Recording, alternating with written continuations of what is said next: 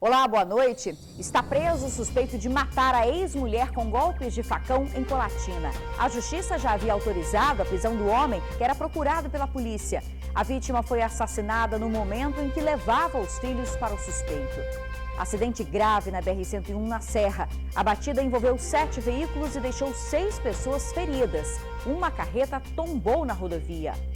Sem internet e telefone em Bento Ferreira, Vitória, os fios foram furtados durante a madrugada. Moradores e comerciantes reclamam da insegurança no bairro. Cirurgias eletivas voltam a ser suspensas no estado. O motivo é o aumento no número de casos de coronavírus e da ocupação dos leitos nos hospitais. Quem precisa fazer o procedimento está preocupado. Fique com a gente, o TN2 já está no ar.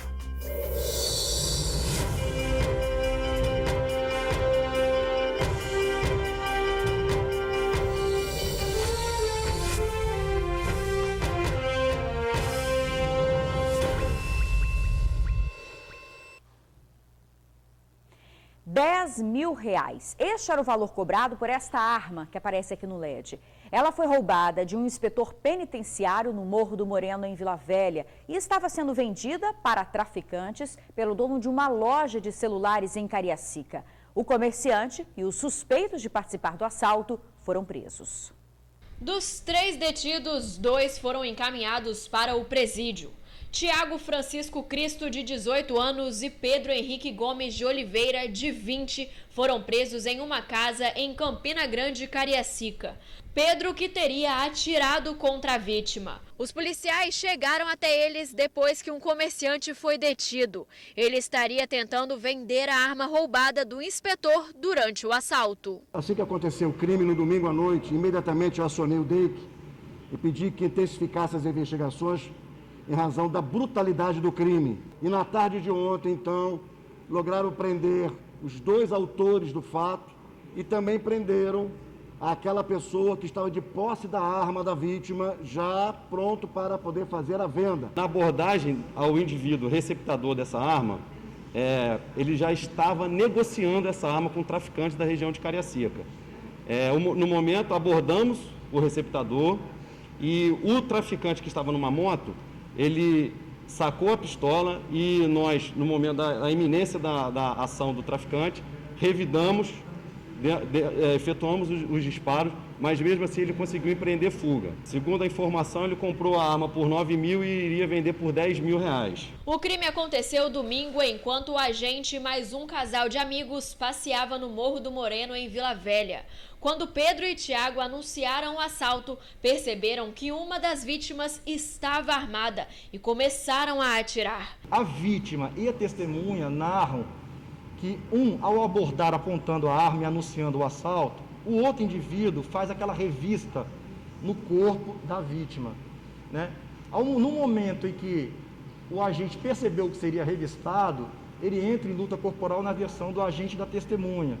Então, o indivíduo que já estava com a visada da arma, apontando a arma, efetua o disparo. Os autores, por sua parte, os presos, eles dizem que no momento em que o indivíduo aborda e o outro vai fazer a revista, como ele estava armado, ele esboça a reação de sacar a arma, sendo necessário, então, na visão deles, que o indivíduo efetuasse o tiro, o disparo de arma de fogo. Pedro e Tiago, os 2 suspeitos que foram presos, têm uma ficha criminal extensa.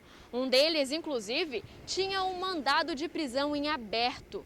E durante as investigações, os policiais ainda descobriram que a dupla já praticava assaltos frequentemente ali na região do Morro do Moreno. Identificamos que no dia 9 havia 4 vítimas que foram subtraídas, foram roubadas por indivíduos com o mesmo modus operandi do crime que vitimou o agente da Sejus. Inclusive, algumas vítimas do dia anterior, dia 9, já reconheceram também como sendo os autores do roubo e subtração dos celulares. Morro do Moreno recebe o apoio da Polícia Militar, recebe o apoio da Guarda Municipal, mas em determinados momentos existe uma janela de oportunidade desses criminosos. É nesse momento que nós chamamos a atenção da sociedade. Estejam atentos para que nós não possamos fornecer essa oportunidade aos criminosos. Olha, na audiência de custódia, a Justiça decidiu converter a prisão dos suspeitos em preventiva. Os dois vão responder por tentativa de latrocínio com lesão corporal de natureza grave, além de roubo e emprego da arma no crime. E também está na cadeia o suspeito de matar a ex-mulher com golpes de facão na frente dos filhos em Colatina. Marcelo Vieira Cravo Stancini foi preso hoje à tarde mediante mandado de prisão. Marcelo confessou aos policiais que matou a golpes de facão a ex-esposa, Rosimar dos Santos Cruz, de 31 anos. O crime aconteceu no último domingo, quando a mulher foi até a casa do ex-marido levar os dois filhos do casal, de 4 e 11 anos de idade. O suspeito fugiu, mas teria ficado escondido na área de mata, próximo ao local. Hoje ele estava sendo já monitorado e se entregou à polícia. Ainda apontou onde estava a faca usada no crime. O suspeito responderá por homicídio qualificado por motivação fútil, sem possibilidade de defesa da vítima e ainda feminicídio, e será encaminhado ao presídio. Os filhos do casal estão com familiares da vítima. Agora a gente fala do caso do ambulante que morreu após cair em um buraco de uma obra dentro de uma loja na Vila Rubim, em Vitória. O dono, gente, foi multado em mais de R$2.000. É que a obra não tinha um profissional responsável. A equipe de fiscalização do CREA esteve no atacado onde o acidente aconteceu. Averigou a obra e também a forma como estava sendo executada e a confirmação. A modificação no segundo pavimento era clandestina. Não contava com a participação de um profissional responsável. Chegamos no local do acidente, né, o proprietário autorizou a nossa entrada, nós entramos, né, exigimos lá o responsável técnico pela obra. E, infelizmente, não teve responsável técnico, não tinha responsável técnico pela obra. Então, nós orientamos, aproveitando a oportunidade, para orientar a todos que contratem um engenheiro responsável, tá, para poder ser responsável pela obra, para evitar os acidentes que aconteceu aqui nesse momento. Como a obra era clandestina, sim, estava irregular, o Conselho Regional de Engenharia do Estado aplicou uma multa de mais de R$2.300 ao proprietário.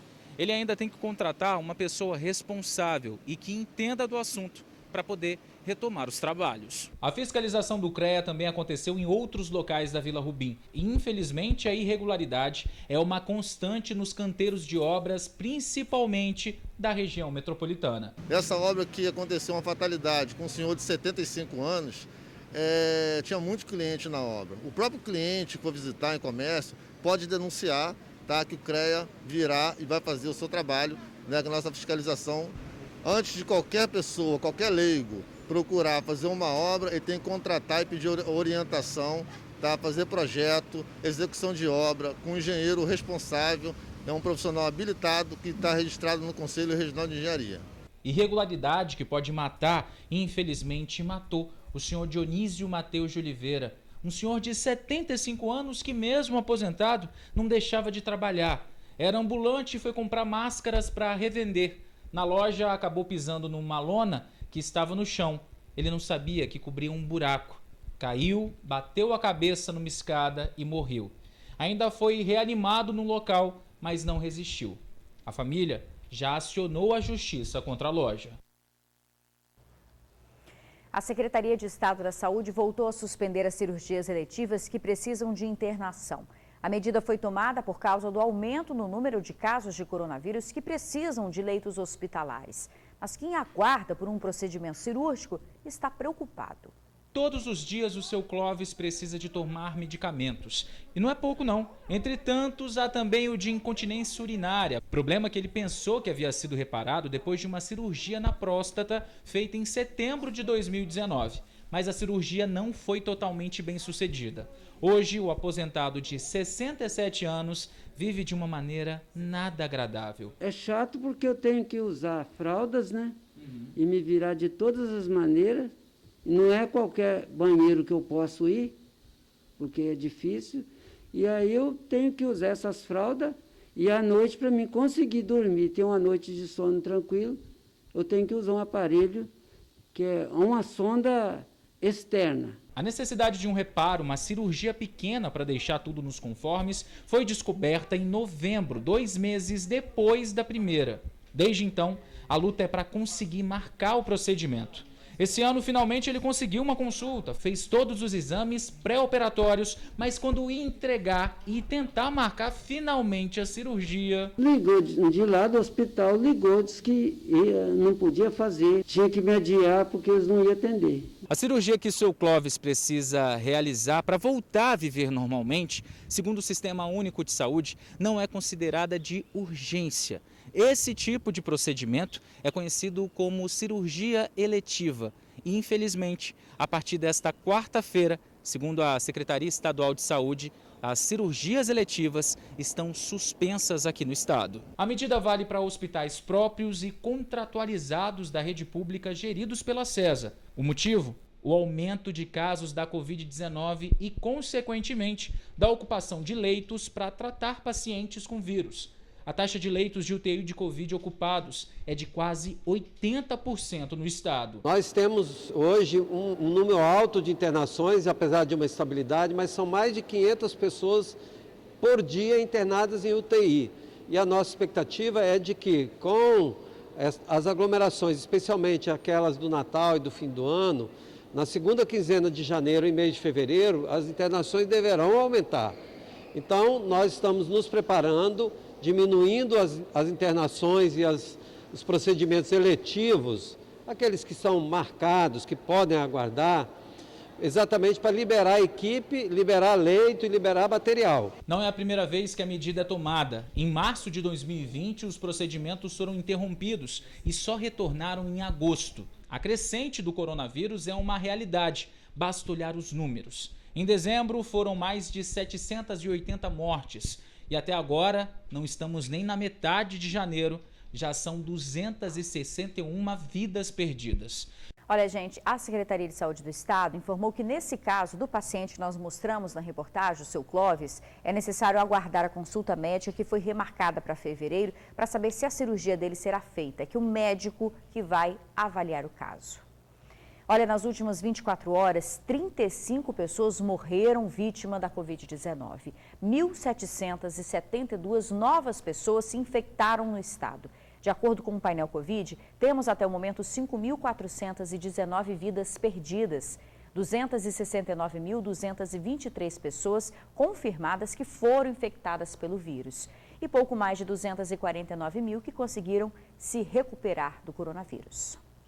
Depois de um ano estudando em casa, está chegando a hora de fazer o Enem, né? No próximo domingo acontece a primeira prova e com tantas mudanças, a ansiedade é ainda maior, né? É que em tempos de pandemia, os candidatos terão que seguir várias regras para evitar o contágio pela Covid-19. O Enem já é no próximo domingo.